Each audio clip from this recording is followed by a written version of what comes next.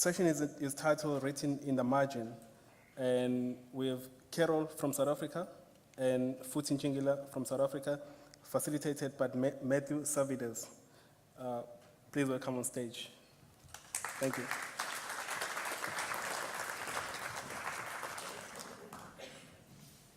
Good evening, everyone, and thanks for coming through and joining us for what I believe is going to be a fascinating discussion. It's always interesting when you find yourself having a shared history with people that you've never met. And we were chatting over breakfast this morning and saying that Carol is the news editor at the newspaper where I worked for the first time, and Futhi was at the Sunday Times where I'm at now. And it's amazing how sometimes people who seem so unconnected have this link in so many different ways, and it's always great when you get to connect to people. It's kind of interesting when you hear you're talking about marginalized groups in South African society, which is the topic today, and then we start off this evening with an assault that happened, and I couldn't help wondering if, had the author been male making those same comments, if it would have had the same outcome. I couldn't help sitting there and thinking, sorry, a little bit clearer there. Couldn't help thinking that would it have been the same? And isn't that not an interesting way to kind of start tonight's discussion about marginalized groups and how marginalized groups tend to be victims of incidents like this just by the fact that they are marginalized?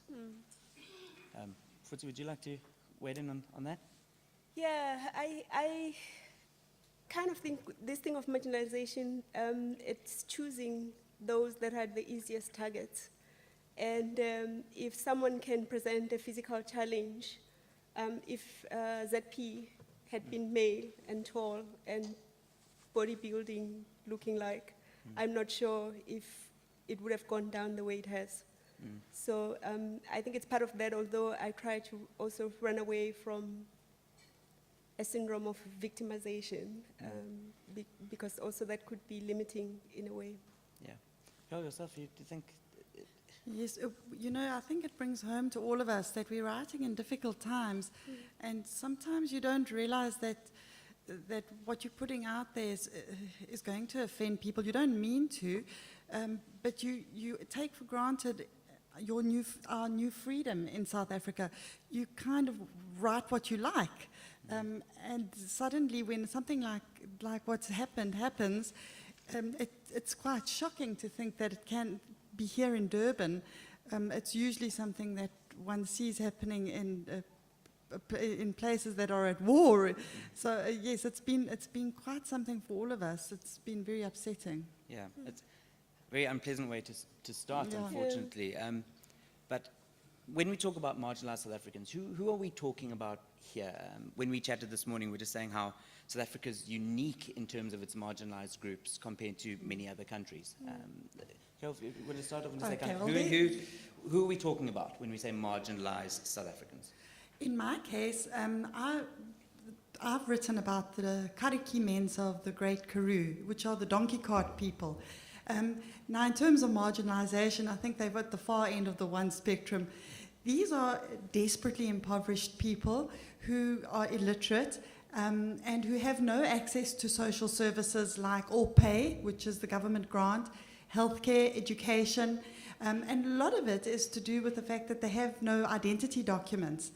And it was this marginalization, this lack of a simple thing, which inspired my book, My Children Have Faces, and which was translated into Afrikaans, because it needed a light shone in it. It needed... It was a story that just was waiting to be told. And I hope that through a book, through a novel, and by telling the story, that at least it brings attention to it. Is that important for you when you come across a group that might be marginalized to tell their story? Oh, the journalist in me kicks in. I mean, I have to tell a good story when I see it. And there's something about a story that isn't being told, and it's usually with people that are very marginalized that the story isn't told. And if you've got the human empathy, the sense of people, the sense of humanness, you can't walk away from it. You feel compelled to get it down. And that's what happened to me with the Kariki Mensa. I just fell in love with them. Is it a love affair in a sense where you come across a group of people that you just feel so much for? You have to be very careful about patronizing people, and I was terribly aware of that when I was writing the book. You know, you don't want to be this top-down approach. So all the way through the research, which went on for about 10 years, I really let the people lead me. And as they grew in confidence and grew in trust and got to know who I was, the relationship became far more equal. And, you know, then you start realizing how little you know about stuff. I mean, I might know how to read and negotiate myself through a city, but I can tell you something, the Kariki Mensa know how to survive in the Great Karoo without water and food. For to yourself, when you think of marginalized South Africans, who are we talking about here predominantly? Yeah, I think as we discussed earlier on, it's the majority, which is different from other places where people feel they are the minority and they are the marginalized one. And for me, I sit in different levels. I think at a macro level, you would think of women, for example. I mean, if you, just in general, if you observe, you'll find that there's free condom issued for all men. But if you need pads, you have to go to a store and buy. And you've got children who are still at school who don't have the money to deal with those things. So I'm thinking, just as a female, just as the disposition, your biological disposition puts you in a level where you are marginalized. And then it goes in different steps. So you will find, for example, that maybe if you are uneducated and you're black and you live in a squatter camp, your situation is a little bit worse than somebody who's white and educated and live in a suburb somewhere. So it goes into different levels, and it's not in a way of trying to create binaries and problems between these different sections. It's just the way it is, the way the situation is. And for me, the thing that pushes me to write about women in the margins, and I'm talking black women, I'm talking women who are struggling in squatter camps, for example. I'm worried that if we don't talk about it, them and people who live in these areas, then they would almost not exist, and they would make everyone feel comfortable with their lives. And you know, they go home, they have their supper, and they forget that there's someone else struggling with something somewhere. And I'm not. I think it's important for me to insist that I'm not trying to say or make people develop a victim syndrome or a mentality that says, I'm in a cycle of poverty and I can't come out. Because the way I write, I actually make these women become the agents of their own change and transformation, and they become the agents of breaking the cycle that they are in. So how important is that to you, to not write your characters as being victims? Because I suppose it is so easy to fall back into that mode, given the our country's history and the way things have changed in many ways post 90, post 94, but haven't in so many other ways. How do you go about telling that story not from a victim's perspective? Yeah, I think for me it's of critical importance because I've witnessed it. I grew up with nothing, but I've managed to come out of it. And if I can come out of it, I believe that other people can. And I'm not saying it in a cliche sort of way that if I've done it, then you can do it, because I know it's not easy. But what I know as well is that it's doable if you make yourself become the agent of your own change. So yeah, it's critical. It's very important. Otherwise, I wouldn't be writing. I mean, right now, I think writers would say that we're dealing with issues of people who are reviewing us and saying, but there's this tendency with black South African writers to write about themselves in poverty and falling into stereotypes. But sometimes you have to start from what you have, and we're starting with those stereotypes and making sure that we're actually showing that they can transform into something better with their lives. Carol, when you write from a position of being within the margin, so to speak, being a non-marginalized South African, and you said this morning, so many people say to you, what gives you the right to write about people who are marginalized when you yourself aren't. How do you get around that argument or that suggestion? It's something that's in my consciousness all the time. But the issues that I want to deal with, I can't turn away from. And when I start writing the story, I stop seeing the people as a certain race group or living in a certain way. I inhabit them. They become. It's almost irrelevant. These are human issues that start playing out. So for me, it's incidental. But obviously the criticism will come that you've never lived in a shack, so how can you write about it? I haven't lived in a shack, but I did spend quite a lot of time with them researching, so and I really, really try to inhabit the world, the headspace of the character. And in terms of women, I must tell you that I love writing about the women that I do, because I know that in the end they're always they're gonna get there.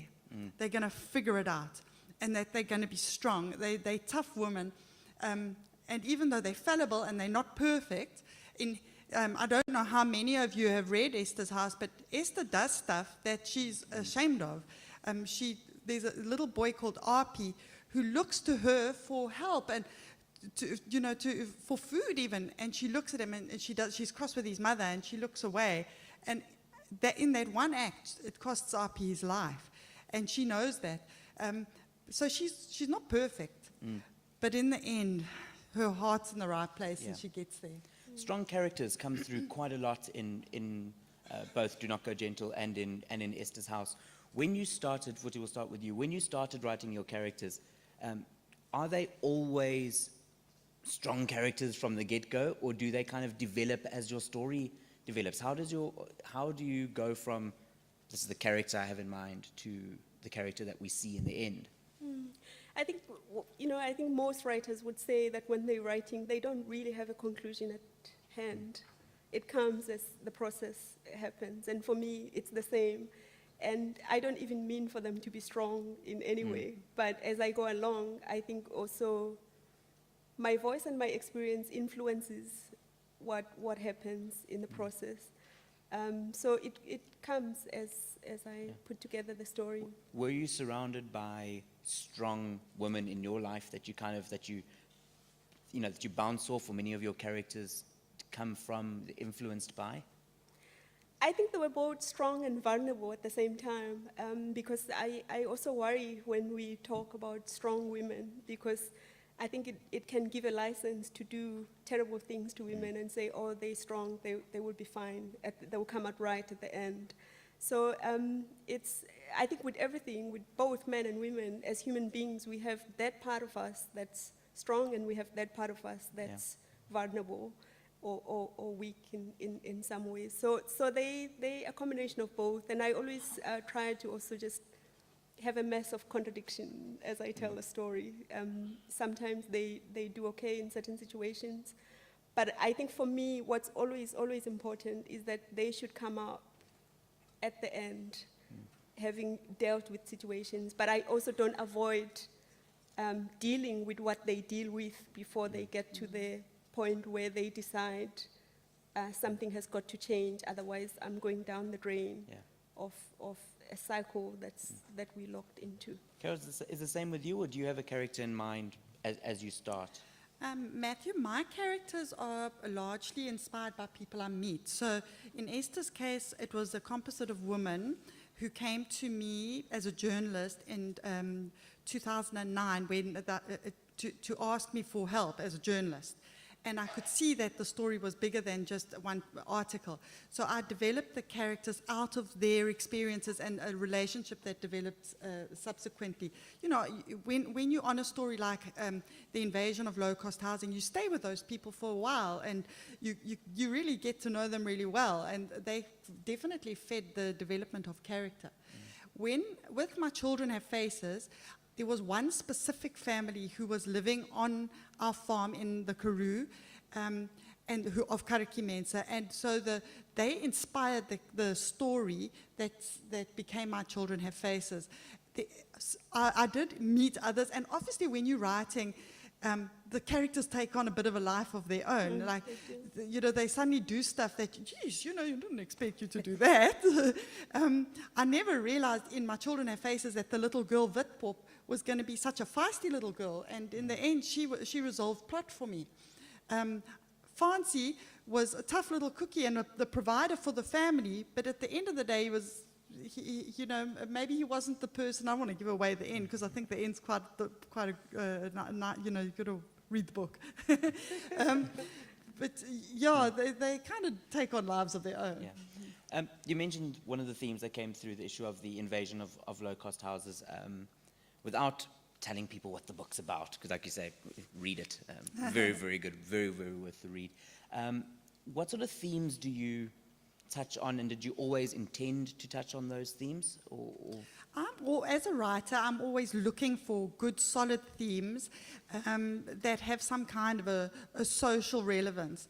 So with My Children Have Faces, I chose identity and the importance of identity documents, and we spoke about marginalization, a particular group of people who were still finding their identity in the new South Africa. They had been completely invisible, and suddenly they were starting to become aware that they didn't have to be.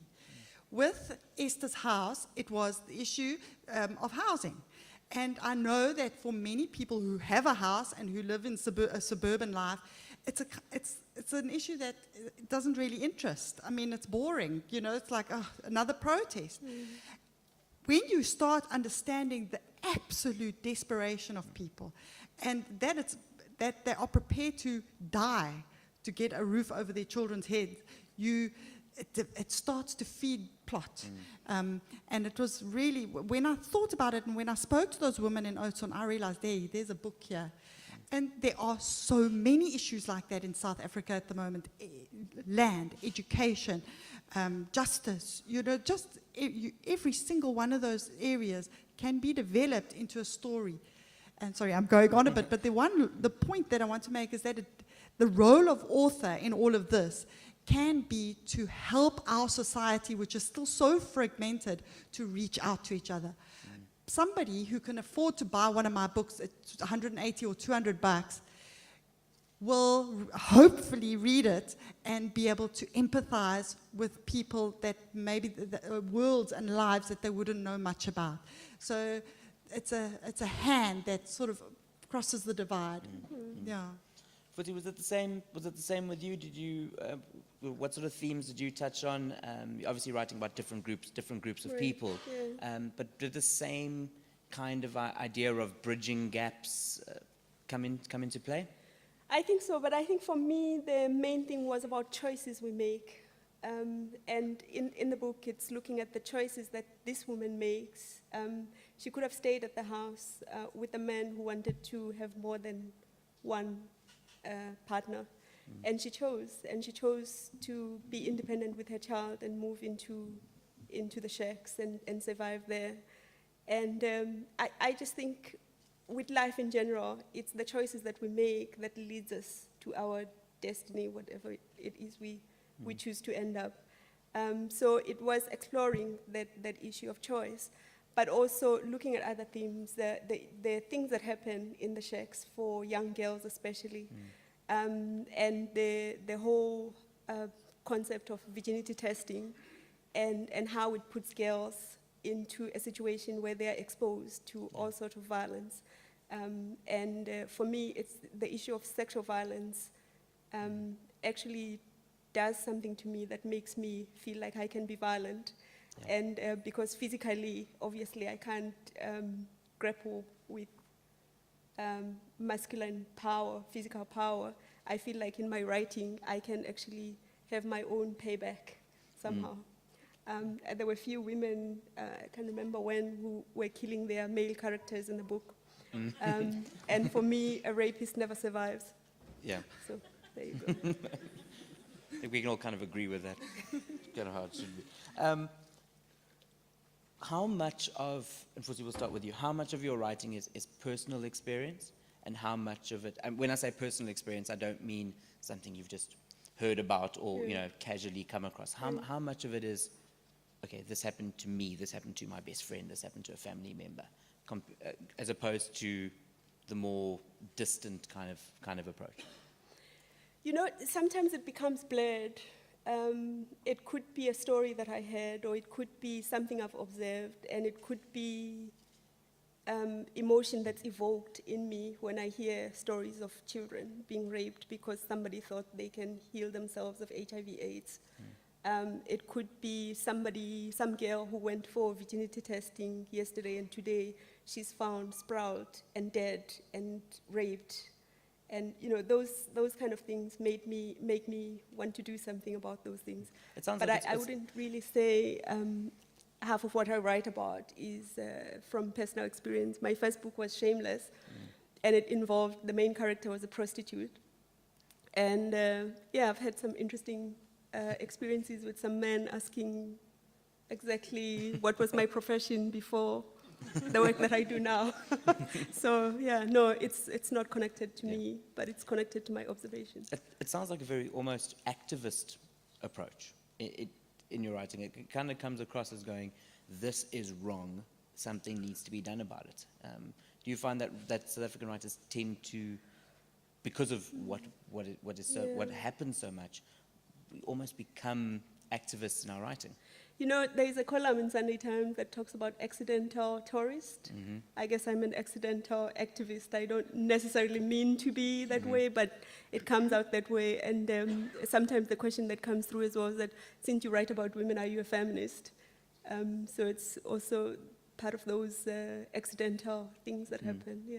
But I don't mean it that way, but I guess maybe because I feel strongly so much about it, then... Yeah. And combined with the fact that I like writing and reading, then it becomes, two and two comes together and it makes a four. Carol, how important is it to tell these stories? In your opinion, is it something we have to be doing?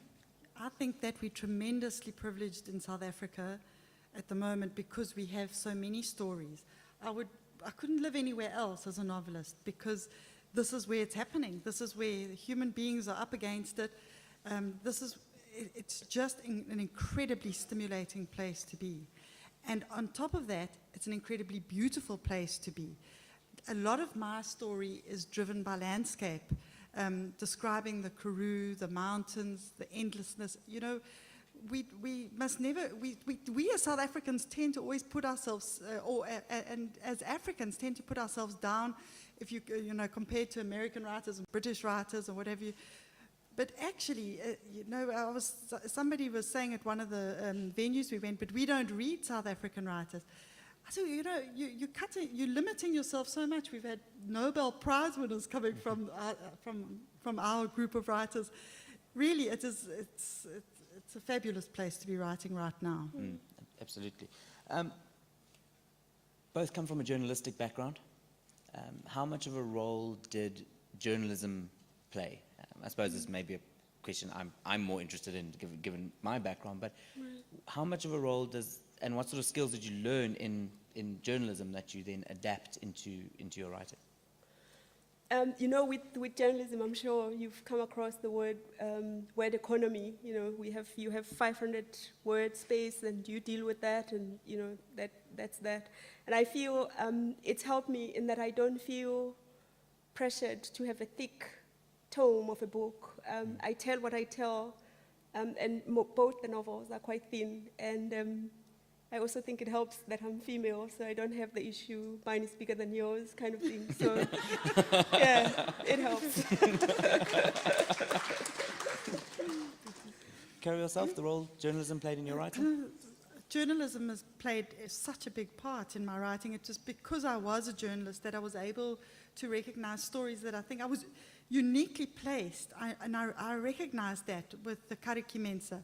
Here I was, a journalist living in a very remote place, coming up against a little family who were terribly shy, and who suddenly, and over time, I was able to get to know them, and I knew then, this is a story that I've got to tell. It's a South African story.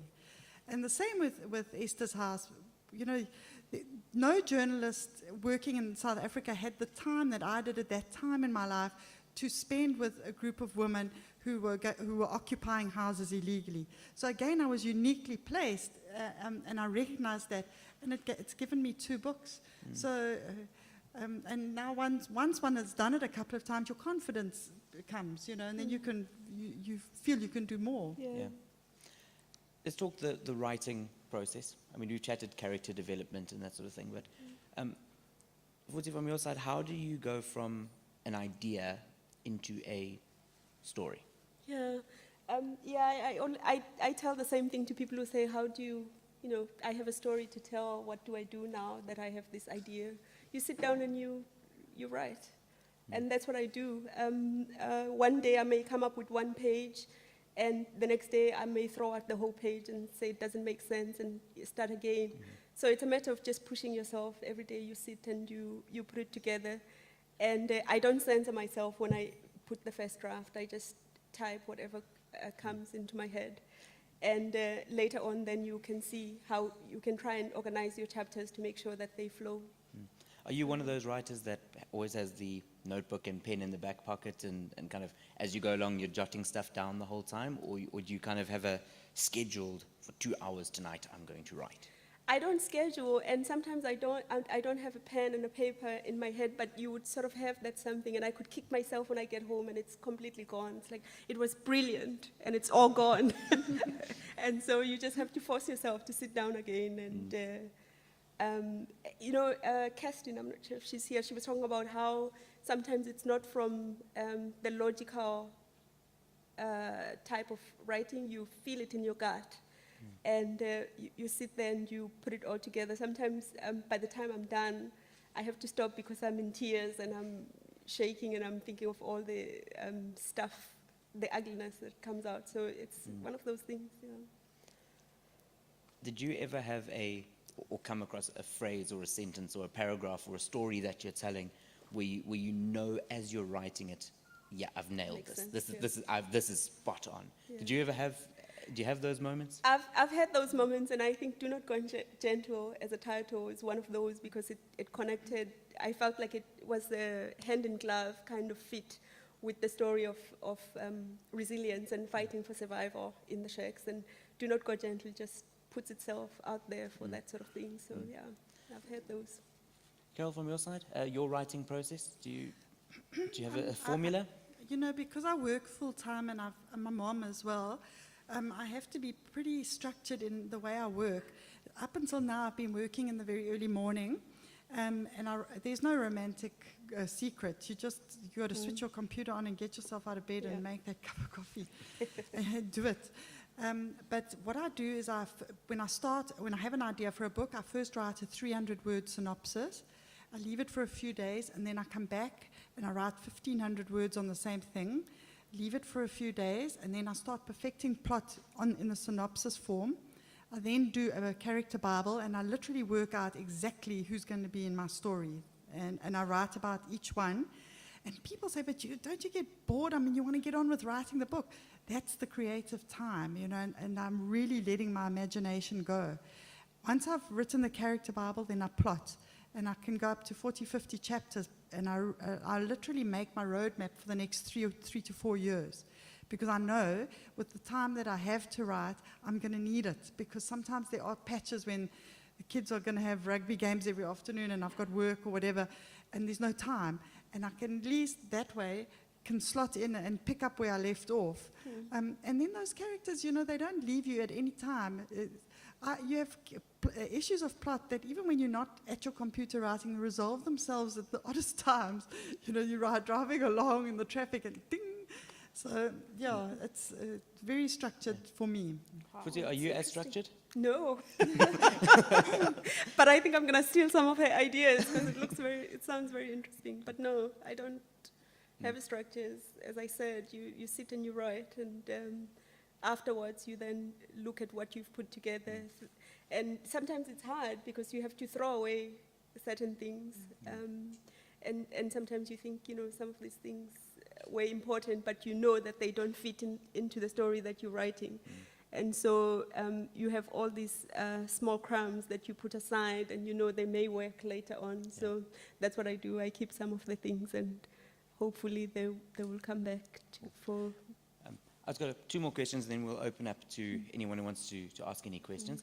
Futhi, we'll start with, Carol, we'll start with you. In terms of everyone having a novel in them, do you think there is that? Does everyone have a story that they can tell?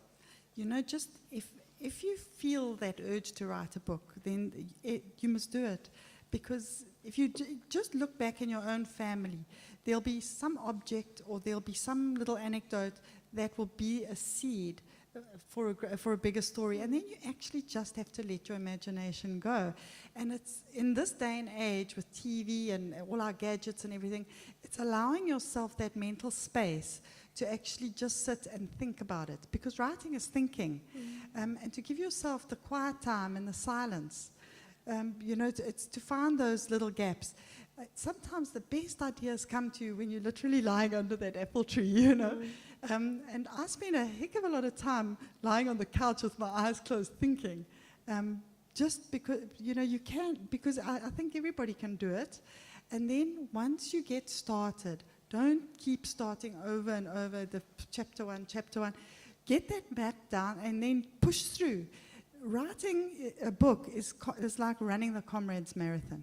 You can do it, but it takes time, so you mustn't lose interest and you mustn't lose motivation. You have to keep yourself going. It's not an instant, you know, we're so used to instant gratification. Switch it on, know the story. No, writing a book doesn't work like that. It's a process and it takes time. There's no secret. It takes years, and it means sitting at a computer, and it means thinking. And then at the end of it, when you submit it to a publisher and it's sorted out, and that day, and it can happen, they phone you and they say, it would be our privilege to publish this book.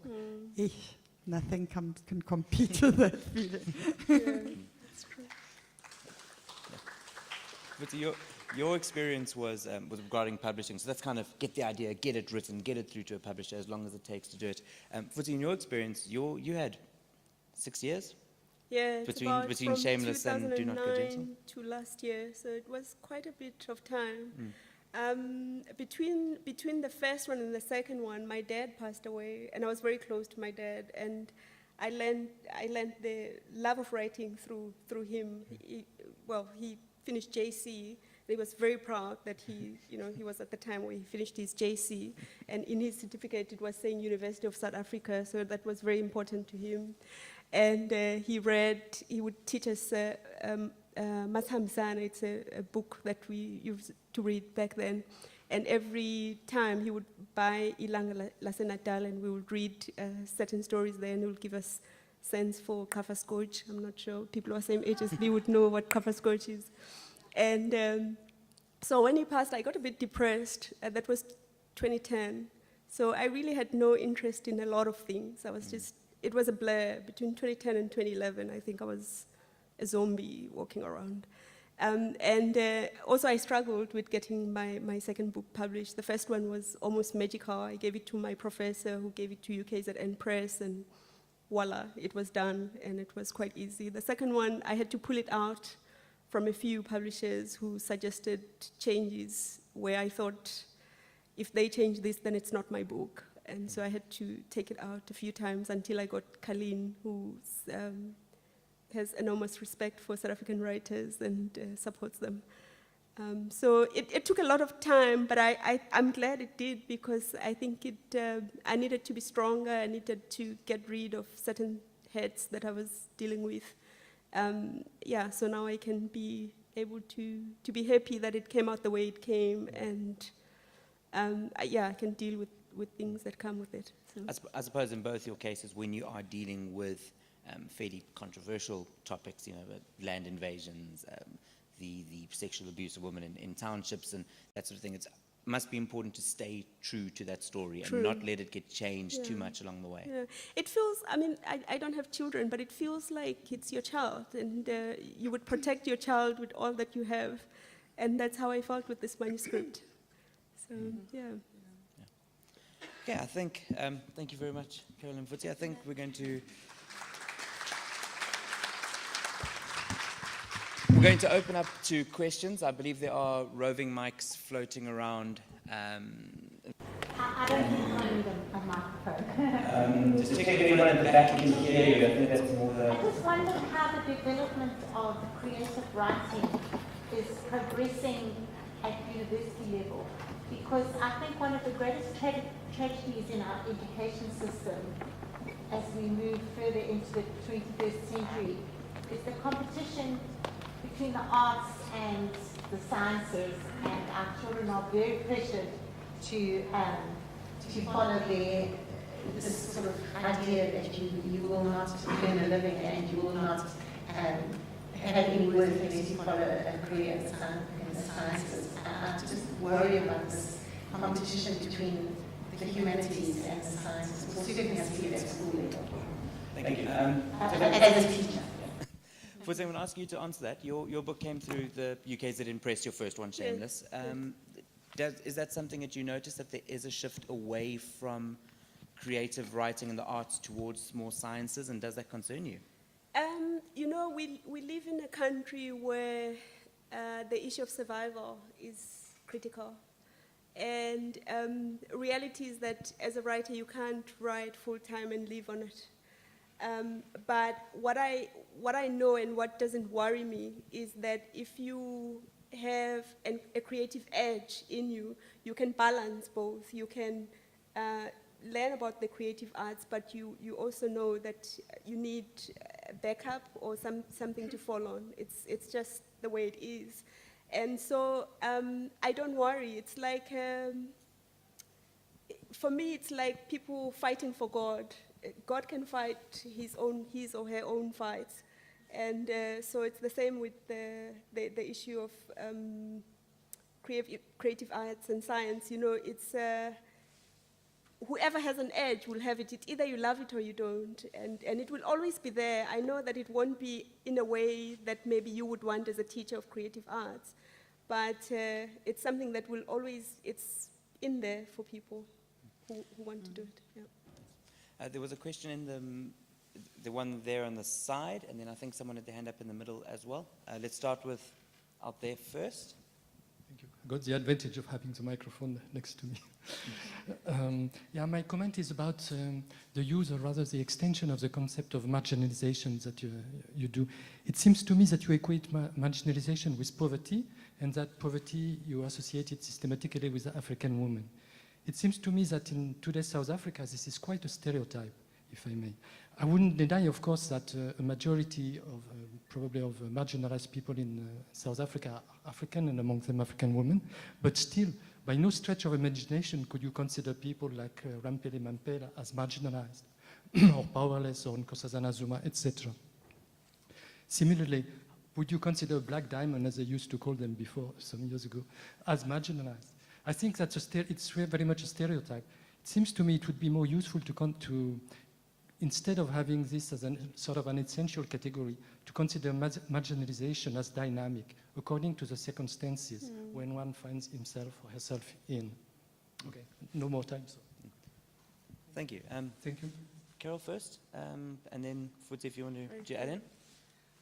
Well, I do think that there's a spectrum of marginalization. I mean, what surprised me after writing My Children Have Faces is how people didn't realize that there were people in our country who literally live on roadkill.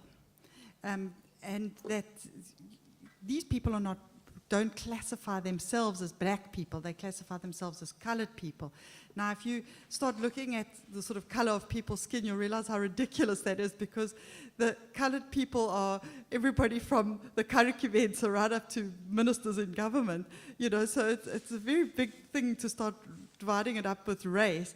I think that they're marginalized people in every society. So, yeah, I think it's just mainly because of the history of our country that one was divided up racially. But yes, it's certainly changing. But unfortunately, there's still a lot of very poor people, and they're not white people.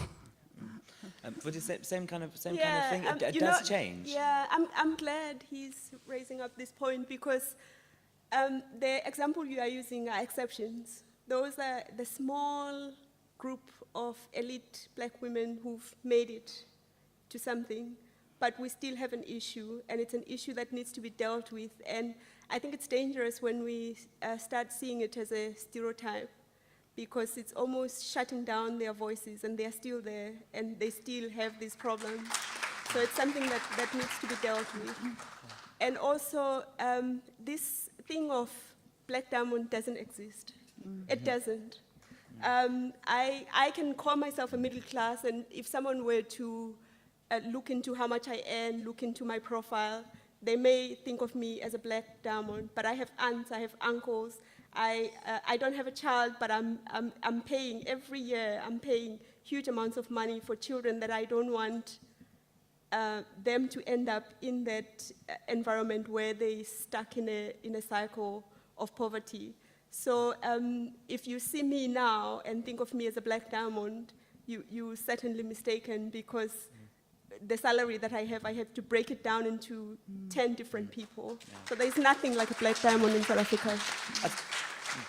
Absolutely. I suppose it's what we were saying earlier, how in South Africa's case, your marginalized groups tend to be the majority. Right. So even within your black female, the majority will be marginalized, and there Right. will be exceptions, whereas in so many other parts of the world, your marginalized tend to be minority groups, and that Right. makes South Africa a bit of an exception. I think I've lost sound. There we go. We had a question in the middle. I think someone raised their hand. Or There's somebody over there. there we go. And cool. I assume, and I think I heard that there is a research component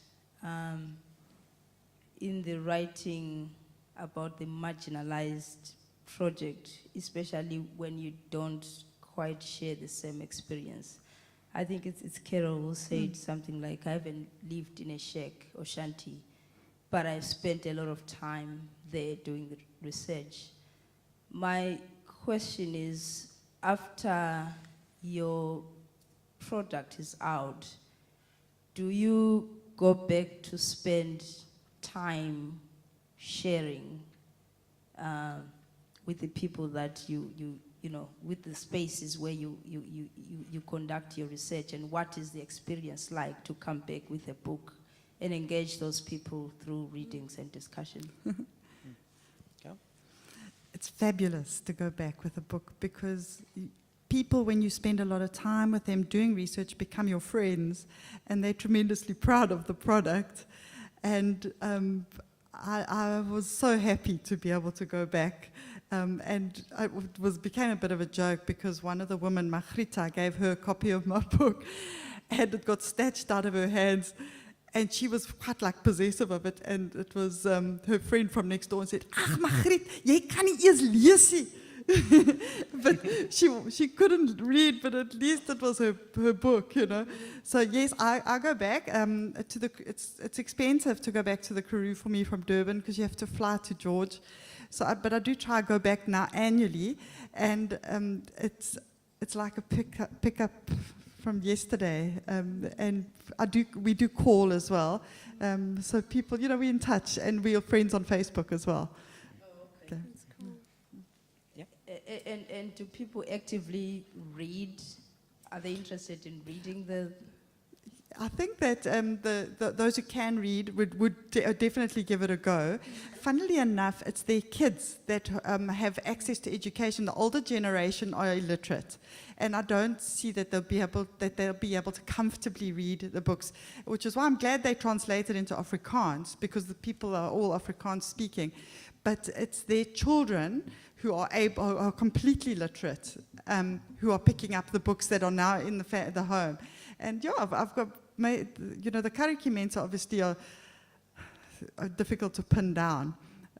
But the people that I'm still in touch with, one or two have read the book, but they've got them. I think it's more about possessing it than reading it. If we have got time for one more, if there are any last questions. There we go. I see, and then we'll finish on this question.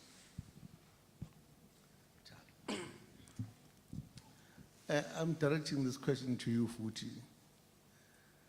Fuchi, there's a growing number now of black female managers, directors, or whatsoever in our offices, yes. What is your view now? Do they help other females, promote them to have positions? Perhaps because I've been working for the government, there are women who have been in lower grades for ages. Others have got higher qualifications. My question is that, do these black elite, these black managers, do anything to help other females to have positions and assist them in other ways? That's this question, yes. Only your view, because we are not working in these offices, only your view, yes. You see, Baungad, what I've observed is that some of the women who actually get to climb the corporate ladder, sadly, they almost become unrecognizable in terms of they end up looking and behaving malish. That's the only word I could come up with. And I think it's because they're under pressure. It's a different kind of grown-up peer pressure where you feel like if you maintain your softness or your humility, you feel that you will be taken advantage of. You feel that someone else would say, oh, but you are a sister, you come from the same environment, you should understand. Then they create this very dead, malish appearance and behavior, which is sad. And I think we've also cultivated this thing of pull her or pull him down syndrome, where we pull each other down. You know, once I'm up there, I'm not interested in someone else climbing up, someone else like me climbing up the same ladder. It's things that happen, but also you get circumstances where you get a motherly figure who's up at the ladder, who's interested in developing interns and making sure that they become something. So you get both sides. But unfortunately, the larger part or the larger section is of women who are not interested in seeing other women reaching where they've reached. Ladies and gentlemen, thank you very much, and can we have a round of applause for Futhi and for Carol? Thank you, Matthew.